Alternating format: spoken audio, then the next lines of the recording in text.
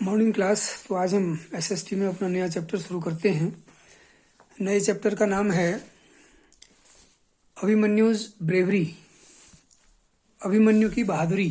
अभिमन्यु का नाम आपने सुना होगा। इससे पहले मैंने बताया था आपको कि भीष्म पितामह की मृत्यु के बाद, जब सरसैया पर भीष्म पितामह थे, उत्तरायण के अवसर पर उन्होंने अपने प्राण त्यागे, तो उनकी मृत्यु के बाद कौरव सेना की बागडोर अब द्रोणाचार्य के हाथ में थी और द्रोणाचार्य ने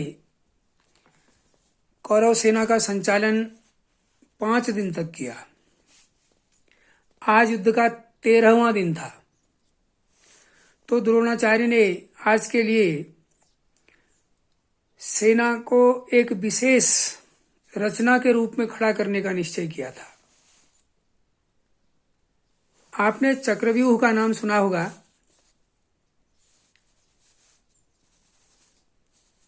अभिमन्यु की मृत्यु चक्रव्यूह के ही अंदर हुई थी।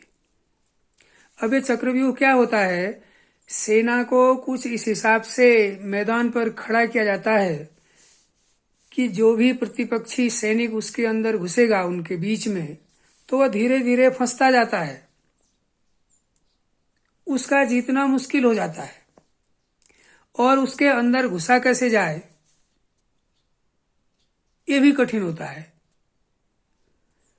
तो चक्रव्यूह की रचना की थी उस दिन द्रोणाचार्य ने अर्जुन को फंसाने के लिए, क्योंकि जब तक अर्जुन मैदान पर थे कौरवों का जीतना मुश्किल था। तो अर्जुन को कैसे घेरा जाए, इसके लिए उन्होंने चक्रव्यूह की रचना की थी।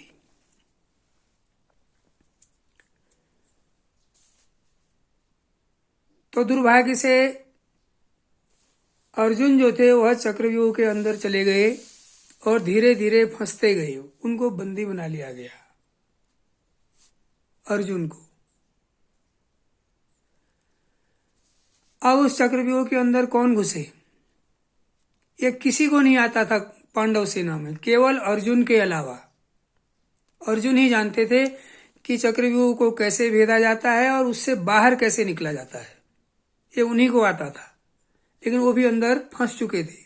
उनके अलावा पांडव सेना में कोई इस विद्या को नहीं जानता था। तो पांडव लोग बड़े चिंतित थे, युधिष्ठिर भी चिंतित थे कि अब क्या किया जाए। तो उनको चिंता में देख करके अभिमन्यु ने कहा कि दादा, चक्रव्यूह के अंदर मैं जाऊंगा, मैं चक्रव्यूह में प्रवेश करना जानता हूं। तो उनको बड़ी हैरानी हुई कि छोटा सा बालक, इसको कैसे पता कि चक्रव्यूह के अंदर कैसे जाते हैं, कैसे बाहर निकलते हैं।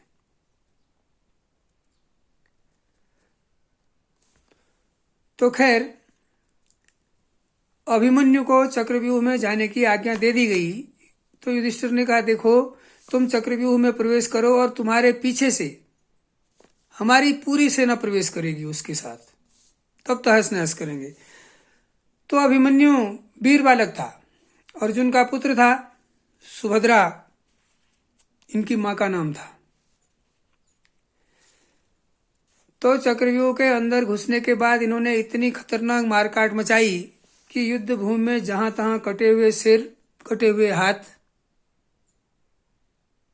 गिरे हुए तरकस और जो उनके माथे पर पहने जाते हैं मुकुट, ये सब इधर उधर छितरे पड़े थे। ऐसी मारकाट इन्होंने मचाई थी अंदर। लेकिन अंदर घुसते घुसते अंत में इनको घेर लिया गया। और घेरने वालों में कौन थे? द्रोणाचार्य थे, दुर्योधन था, जयद्रथ था। तो इस तरह से 4-5 लोगों ने अभिमन्यु को अंदर ही घेर करके इसको मार दिया, धोखे से इसका धनुष काट दिया और फिर मिल करके इसको मार दिया। जबकि उस समय ये नियम युद्ध के विपरीत होता था, किसी को धोखे से नहीं मारा जा सकता, मिलकर के किसी एक व्यक्ति को नहीं मारा जा सकता। लेकिन इन्होंने अभिमन्यु को मार दिया। तो अर्जुन जो थे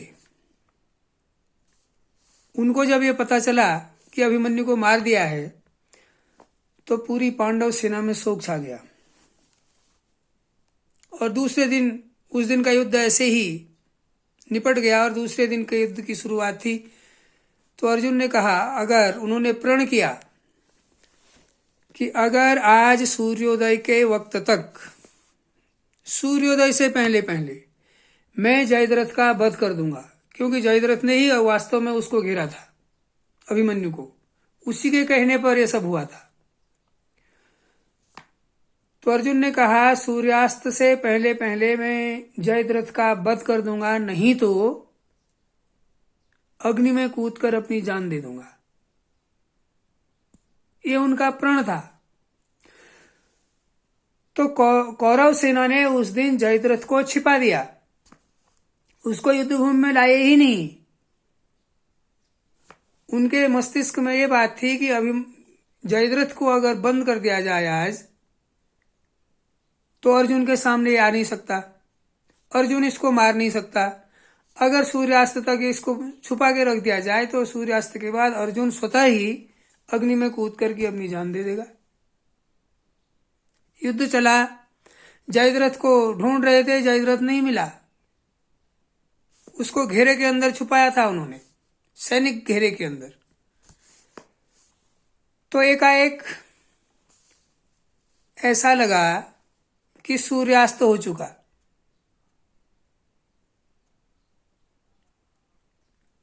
और जयद्रथ का पता नहीं था।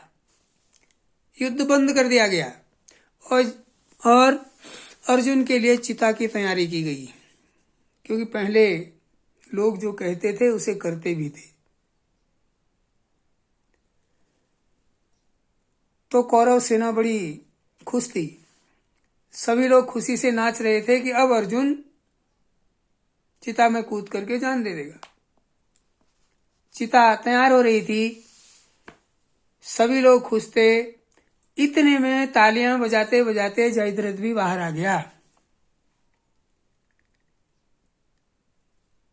तो जयद्रथ पर नजर पड़ी तो, लेकिन शर्त के अनुसार तो सूर्यास्त हो चुका था। तभी एकाएक आसमान से सारे बादल हटे और सूर्य दिखाई दिया। सूर्यास्त हुआ ही नहीं था। ये सब श्री कृष्ण की माया थी।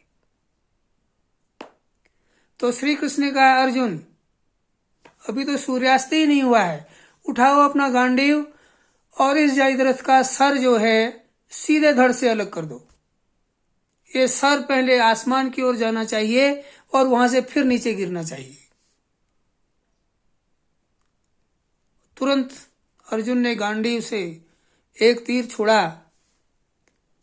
और जयद्रथ का सर जो था वो आसमान में उड़ने लगा ऊपर, और ऊपर जाकर के फिर नीचे गिरा। इस तरह से एक छोटे से बच्चे